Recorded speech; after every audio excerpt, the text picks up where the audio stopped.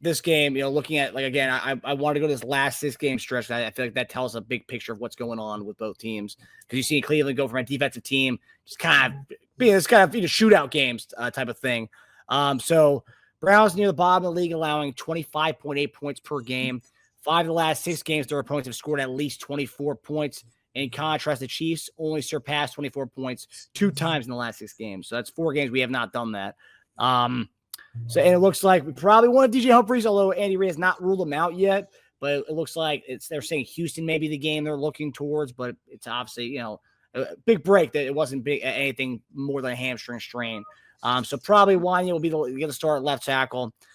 So last 6 games, obviously Mahomes, 23 sacks in that time span. But the Browns have only gotten to quarterbacks 15 times in that same 6-game span as well. So Browns aren't really getting to the quarterback as big of a rate as we've been allowing it. So that's a good thing. And outside of Myles Garrett, they got rid of Zadarius Smith. So I don't really have another guy besides Myles Garrett who can get after the quarterback like Zadarius Smith, I think he had 5 at the time when he was there as their number 2 guy. Weather in Cleveland looks to be about 45 degrees this weekend, about 17 miles per hour. They say light rain as of right now for the 1:00 game.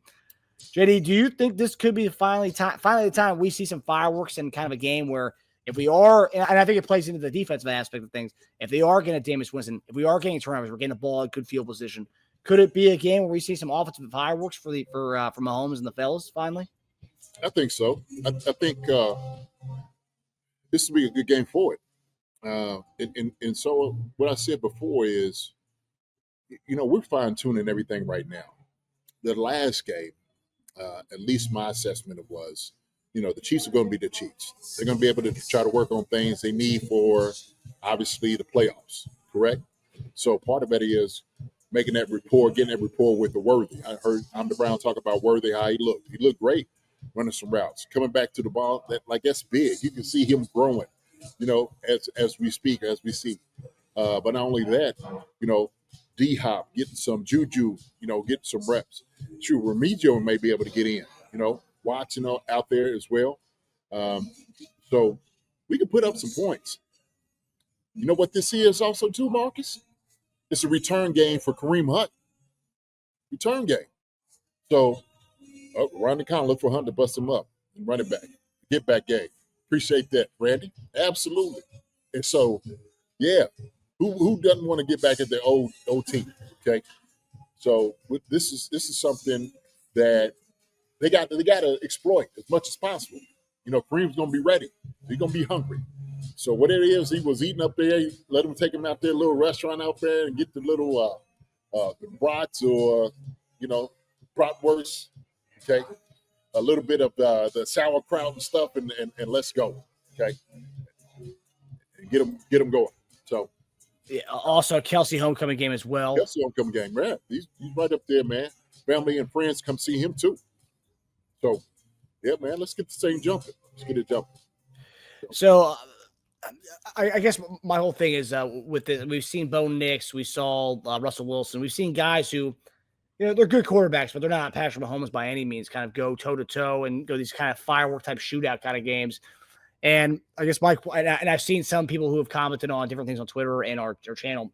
People who aren't Chief fans, but they're fantasy football guys, want to know, is Patrick Mahomes a start this week in fantasy?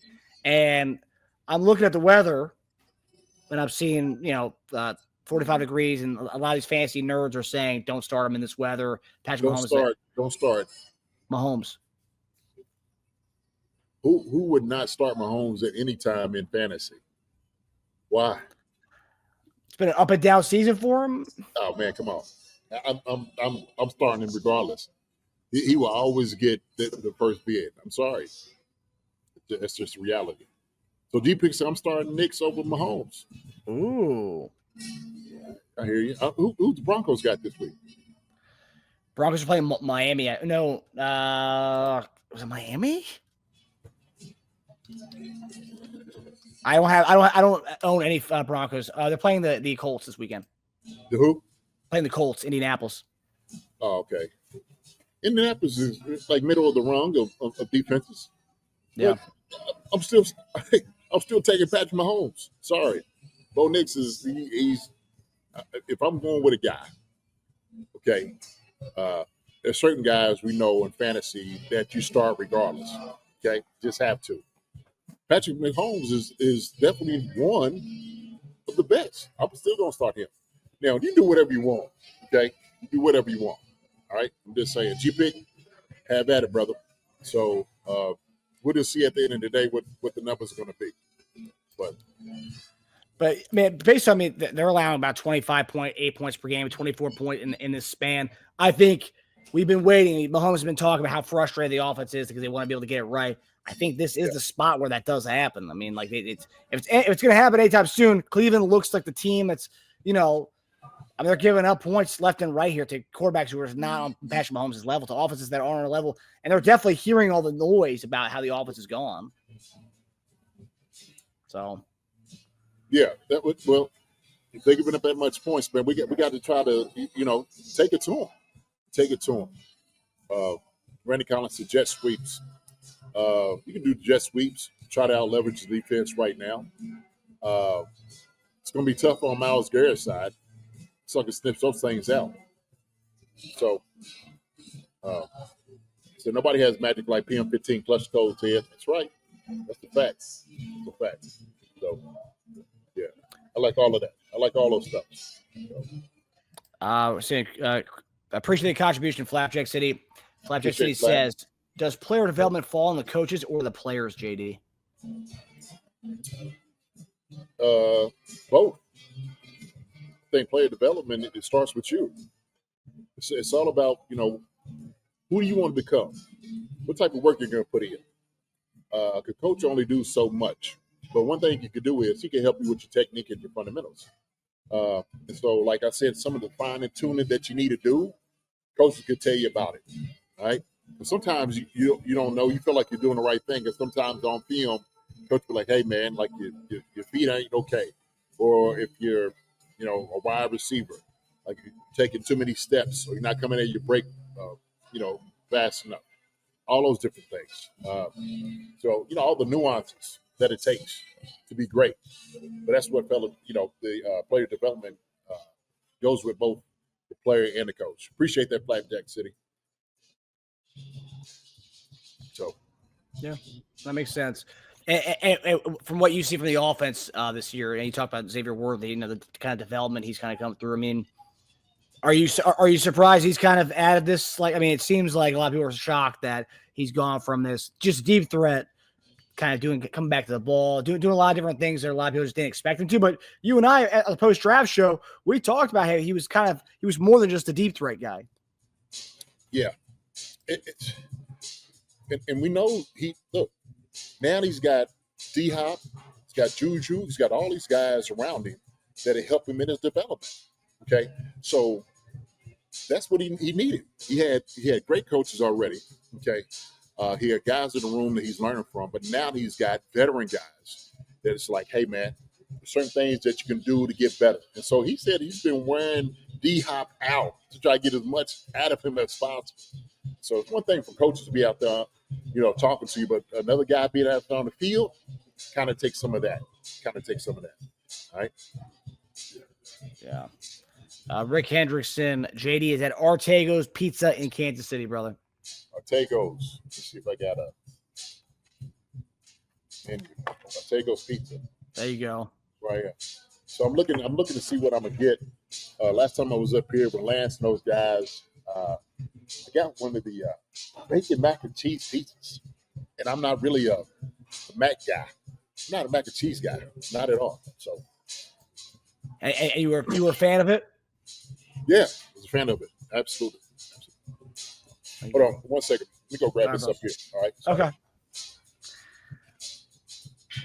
The Flapjack say never share location. Come on, we're friends of the people. Flapjack. All right, guys. Well, JD gets to do that. I want to hear from you guys. What do you guys think about this game? I'm looking at the last few games of Cleveland. You just go down their game logs. Teams are just scoring points and points and points on this team, and I feel like this is a spot. We've been talking about a get-right game for a long time. I feel like this is a spot where Pat does his thing. And we see a kind of offensive explosion. And, You talk about Kareem Hunt, he could get in and do his thing too, but I think it's time for Pat to finally go nuts and hear all the noise that's been being said about this offense, being the regression that Patrick Mahomes is going on.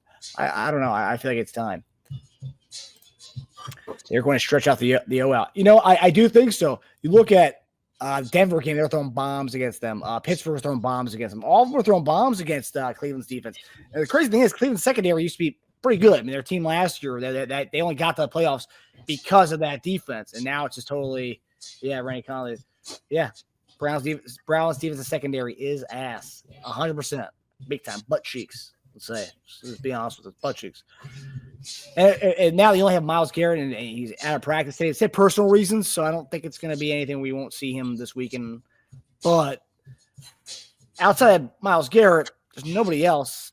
You can make also the point where, outside of Max Crosby, the Raiders just had another guy, and, we made their other guy become a guy, which Chase on, I think his name was. But I got to say, outside of Myles Garrett, there's really not a lot going on that Cleveland Browns defensive front. So I gotta say, I do like a blow-up spot for Patrick Mahomes. If you are, maybe I've talked myself into it, but I'm going Mahomes this week in my fantasy league in my first round playoff matchup. So I'm all about it. Got a feeling it's gonna be. Oh, Mike, you can't be saying stuff like that on the show, man. What are you talking about? What's that? What's going on? Mike saying I got a feeling it's gonna be a loss. Can't be saying that, Mike. What's wrong with you, man? Sorry, Mike. Sorry. Hey, Mike. Leave it. All right. So what I did is I'm gonna get one to take the advice. I appreciate it. So whoever, thank you. Okay. That's awesome. So I'm gonna have a little sips on some suds. Thanks. That's great. It's to you. There we go. That's awesome. You guys are fantastic. You guys are something else. Yeah, thank you. But JD, we're seeing some people because we talked about it on the show, on the post-game show, how we've won in so many different ways. And the one thing that Tasia mentioned was winning on a pick six. Dane says, I think the only thing we haven't done yet this year is walk-off interception touchdown. I mean, that would be perfect to do that this weekend. So Mike said it. Nev said no. Cheers, JD. Thank you. Hey, my nephew knows. He knows I don't sip. I don't drink. But I'm gonna have maybe a quarter of his beer. So yeah, I had a little sip. When in Rome, JD. When in Rome. In Rome. I like I said, I don't mind. Appreciate you, Amda. Listen, Amda Brown. Appreciate you, brother. Appreciate you. So Mike, listen, I like Mike. Mike does a great job. Mike, love you. But why, Mike? Tell me a reason. Okay, go ahead and post it on here. Why do you think the Chiefs are going to lose? Okay, just kind of give 3 quick points. Okay, why do you believe that? All right, is this like the setup game everybody talks about? Huh? So he says Winston will put it up there, and our secondary is subject to getting burnt. And also, too, he said Winston will put it up there, and our secondary is subject to getting burnt, as well as I also will say the spread of this game. We'll get to the game picks in a second here, but the spread of this game is kind of shady to me. We should be a lot more heavy of a favorite than we are in this game. Only 4 points is kind of Man, look, okay, this is the NFL. That's what me and Sean was talking about this today. These guys get paid money too, and so. They're a 3-10 team, but they're not a reflection of a 3-10 team. Jameis Winston he's been playing at kind of a high level. Okay, now he's made some mistakes throwing the football around and stuff like that, but you can almost see the difference between how it was obviously with Watson, what they're going to do with it, and Jameis Winston came in. Now guys have this willingness to play. I've seen places where teams didn't have anything to play for and just really packing in. That's all they did. It's hey man, look, we just come here to get a check. But Cleveland don't seem like that team to me. I think Jameis Winston is kind of putting it on the shoulders, saying this is what we need to do. So it kind of takes a little bit of that energy, right? It takes some of those things. But hey, Mike, I hope you're not right. You put it that way. So appreciate it. Flapjack City with donation, brother. So 3 games in 10 days. That's annoying. That is an annoying part. And then we have the game coming up here with the and for Christmas time, and it's like, yeah, I mean we just don't get any breaks playing on a Tuesday. I mean, yeah, but I will say the one good thing about that is, JD, we have a good amount off after that game, after that Christmas game. We have a good amount off again, so it's that nice little mini bye again. So that's the one saving grace of that whole thing. Absolutely. So G Pick says I give 3 points. He says, 1, we love to keep it close, give other teams a chance. 2, Browns love shootouts, and 3, Jameis has Jesus on his side. Okay, that's very funny. So I give a rebuttal. Okay, number 1, Chiefs don't like having it close. They just don't. Okay, our teams have been playing as hard as they possibly can to stay up with the Chiefs. All right, we've had lulls and things we do offensively that we have allowed teams to get there. It's not like they want to play close. Sometimes we just allow it. Number 2, Browns love shootouts. They can have shootouts, but I think this is the one we were talking about, Marcus. You're looking for turnovers? Jameis Winston will turn the ball over. You put some pressure and stuff on him, these things will happen. They will give it up. Okay. And number 3, Jesus is on our side too, baby. Okay. We rock with JC. No question about it. All day long. And so, we over here, men of faith as well, the Chiefs. Hey, we going in blessed and highly favored as well. That's how I look at it. Yeah. So. No, I agree. Flapjack City says, Shady, chug that beer. I'll donate $10 right now if you. It's not gonna happen. No way. I appreciate it, Flapjack City. I appreciate it. Hi, everybody. Thanks for watching. Subscribe here to get the latest from the show. Also, be sure to check out the best clips from Chief Concerns. And if you prefer to listen to the show, subscribe and follow us on Apple Podcasts, Spotify, and anywhere else you get your podcasts.